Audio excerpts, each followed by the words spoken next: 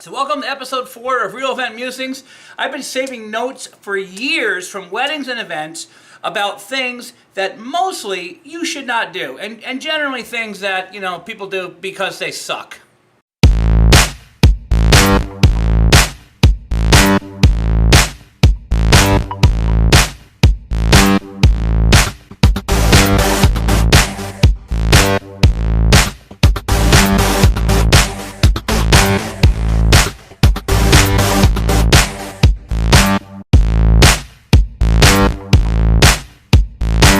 Alright, so let's dive right in.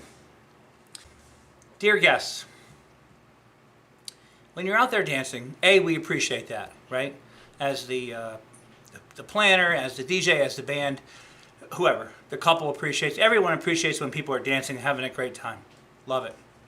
The last thing you want to do is start yelling shit at the band or DJ. We need some of this, we need some of that, blah, blah, blah, because let me tell you something. We can't hear a fucking word you're saying anyway. And it's extremely rude. We would never come to your place of work and yell demands at you. Why is it okay to do it at a wedding to a DJ or a band? It's not. One of the things you might not know, because every wedding's different, every DJ, every band is different. One of the things you might not know is that the couple may have made that playlist. There could be room for requests. There could be no room for requests. They could have made the entire playlist. I've done weddings where I did nothing but play their music.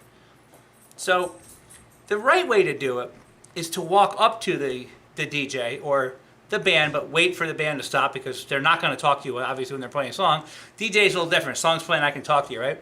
And ask them, hey, we would love some more of this, or could you play this? I'm going to tell you right away if I'm allowed to, if I can play it, if I can fit it in, if time permits.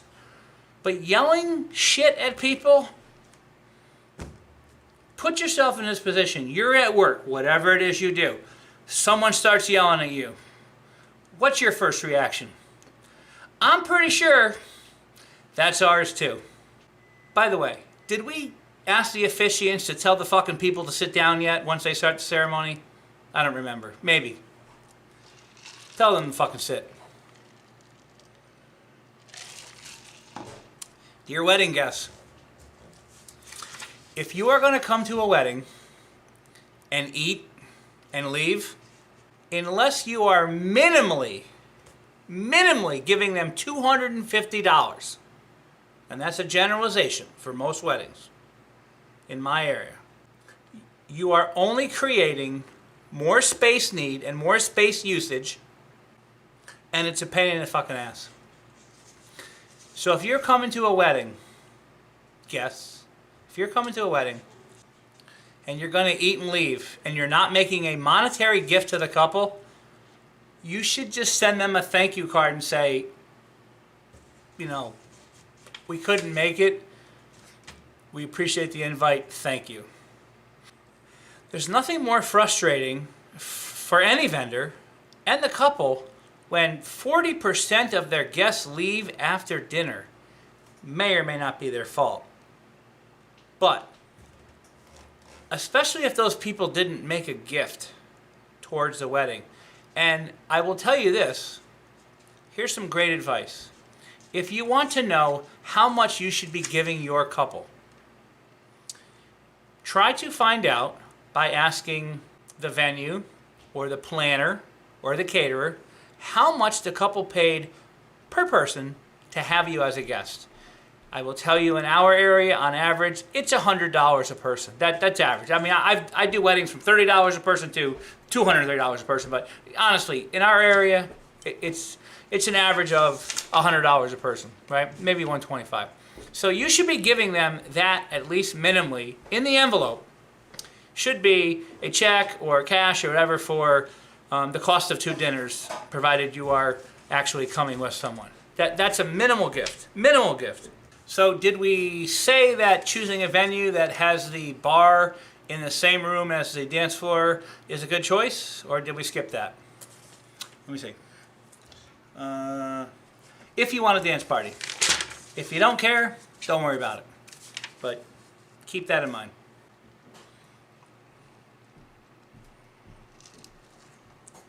And I take a sip because I am 20 years deep into this, 25. I'm so frustrated that people, vendors, are not helping couples try to avoid pitfalls. And it's not every wedding, but it's a lot of weddings.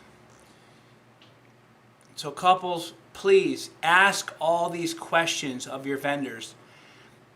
Ask them the what ifs. Ask them how you're going to solve their problems, even if it's not your job. That's what I've been doing for years, solving problems that are other vendors' mistakes. Because I can't live with myself. If something goes wrong, even if it's not in my control, I'm going to find a damn solution. So here we go. Couples. 9 times out of 10, if you do a sparkler exit, which is very popular, everyone loves to do the sparklers, it's a big thing. But if you do that early, let's hypothetically say your reception ends at 10, and that's when the sparkle exit is planned for. However, for some reason, people are leaving early. I get that. I get it. And you want to do a sparkler exit at 9 with all the guests. Now, I'm not talking about just you and the wedding party going and doing sparkler pictures. I'm talking about having the DJ or band announce 1 hour early that we're going to go and do a sparkler send-off because you want the pictures, because your photographer ends at 9 o'clock or guests are leaving. We get that. We understand that. 9 times out of 10, that ends your reception. Because even if the DJ or band said, hey folks, we're going to do a quick sparkler send-off or sparkler exit or sparkler picture, even if they said just sparkler picture, you're asking them to get out of their seats, leave the venue, which means they're going to take their stuff with them. Nobody wants to leave anything unattended. Even though the DJ or band can say, please leave your stuff right here, it's okay. You're only going right out there, it's 20 feet away, it's not a big deal. 9 times out of 10, you just enter your reception. 9 times out of 10. I guarantee it. Almost 10 out of 10.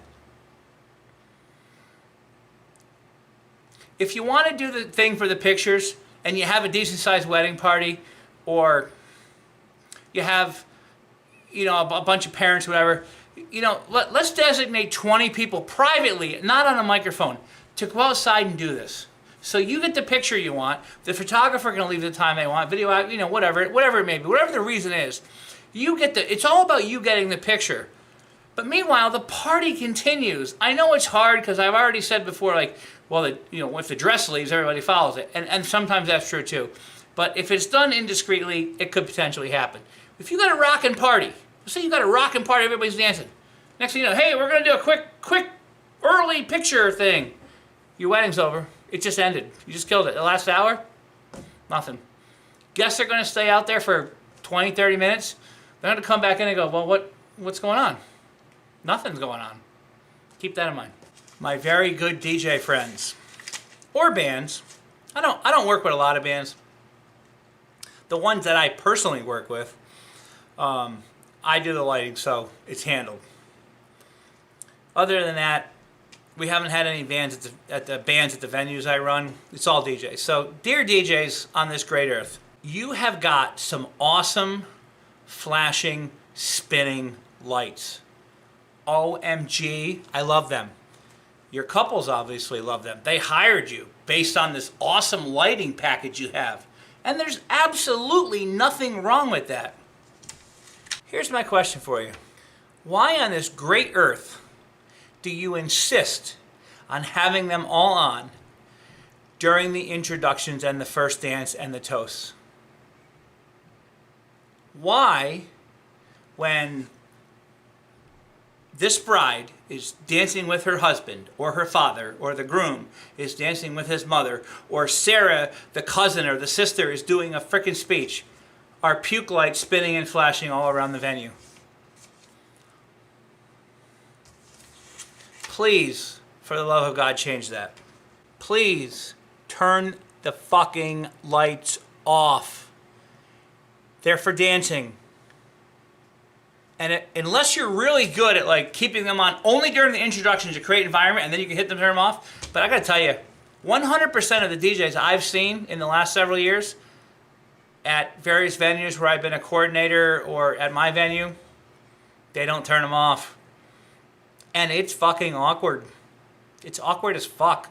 And it sucks. Please, turn them off. And also, since we're on the subject of DJs, if you could stop saying bride and groom or two brides or two grooms or whatever, right? Stop saying ladies and gentlemen. Stop saying at this time. Start using their names. It's not a bride and groom. It's Laura and Jeff, or it's Kim and Sarah, or it's Jeff and John. They have fucking names that they were born with. Use them. It's not the parents of the bride. It's Sarah's parents. It's not the parents of the groom. It's John's parents. For Christ's sakes, make it personal. When you start doing that, that shows you care, and that makes it better every single time. As my good friend Randy Bartlett said, and I learned this from his amazing mentor, if you focus on going out to every event and making every event 1% better, imagine if you do 100 events a year, how much better you'll be at the end of the year. This is a shameless plug for Randy right now.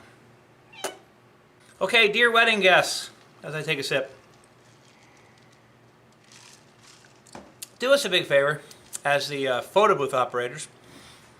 Don't walk off with the fucking props. And then on top of that, when it's your turn to get married, you complain about the prices of photo booths because everyone's walking off with the frickin' props. And I'm going to tell you something. This shit's not cheap. Nothing's cheap anymore. It's 2022 right now. Everything's third roof. The same $4 hat now costs $12. And you're wearing it around and parading around like you don't care. Here's a question I ask for you. If you owned it, would you mind if somebody walked off with it? That's the same respect you want to give to your wedding professionals, even if you're a guest. Be respectful. Be nice. That's all we ask. Here is one of the most amazingly, I don't know, here's one of the most incredible questions that I want to know. I'm going to ask this for myself. I don't even care about anybody else. I'm asking this for myself. Because at my venue, I have one. I made sure of it. I have 3 of them. There's one in every spot once needed. But this is what I want to know for all the other wedding venues out there. Why, in God's great earth, why sweet baby Jesus, why Lord in heaven, why Saint Christopher, whoever, why don't venues have mops? How come every time there's a frickin' spill on the dance floor, it's a napkin or something else? How come every single time there's a spill on the dance floor, it's a napkin or a towel, and someone's doing it with their foot? Where the fuck are the mops? Where'd they go? Did someone steal the fucking mops? Why is there no mop? Come to my venue, I got a mop, and I tell the caterer where it is every single time. Here's the fucking mop. This is where I keep it. I'm going to put it next to your shit. That shit spills, you're going to clean that shit up. There's the mop. No one's going out there with a napkin, which doesn't do anything anyway. And you, right there, you, just sitting there, trying to think of the next song that you're going to tell the DJ to play. And you haven't even danced anyway. You just want to hear music you like. Stop it. Go the fuck home. Seriously, go home. There's no need for you here. Stop doing that. If you're going to ask for a song to be requested from the DJ or the band, the least you could do is get up and dance to it. Especially if your song sucks. Just saying. Okay, the last thing I want to talk about here, which is a more recent one, and I'm going to credit Mike Walter on this one, because it makes sense and it's definitely real, and legit.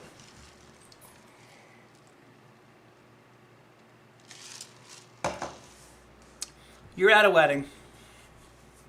You're at a wedding. It's a raging dance party. I don't care if it's 30 people or 300 people. Raging dance party. Everything's great. It's 10 o'clock. The wedding's about to end. Mind you, the couple who've hired you have picked the last song of the night. Sometimes they do that, right? Sometimes they do that. They pick the last song of the night. And at the venue you're at, you can't even play over by like a minute. Otherwise, they'll blacklist you. There are venues out there like that. Nope, 10 o'clock means 10 o'clock, music stops, lights are on, everyone's out, period. This happens, right? Then there's some asshole who's on the dance floor that is screaming at the DJ or band going, "You suck, you suck, you suck." Because you didn't play their song or you didn't do what, who the hell knows why? One more song, one more song, one more song. This is what's going to happen. We're going to find you. We're going to find where you work. And we're going to come to your job and we're going to harass you the same way you did us.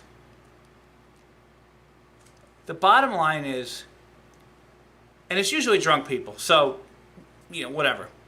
But the bottom line is, if you don't know what the plan is, then zip it. Zip your mouth. Zip it. Zip, zip, zip it. Because I can assure you, most really good qualified wedding professionals have spent the time, have done the homework, have planned everything. They've cross-talked to other vendors and made sure everybody was in sync. And that's what makes a wedding so incredibly awesome, is when there's all these great people working together for a common cause. And the common cause is the people getting married. I am sorry, but you as the wedding guest, you don't rate higher than the people who hired the pros. You just don't. And I understand you might not know, and that's fine too. But all you gotta do is ask. Don't yell. Come over to me. Hey, can you play one more song? No, I'm really sorry, I can't. This was the last song that they chose, and I'll even show you the sheet right here. Look, here's the sheet. Here's what they chose. I would love to play a song. It's a great song, but, I can't. 8 times out of 10, that'll solve the problem. The other 20%, they're just drunk assholes. So anyway, that's the gist of that. All right, so I hope you enjoyed this episode of Real Event Musings. We'd love for you to subscribe and get more. We're always welcome to have guest speakers and other people commenting on it.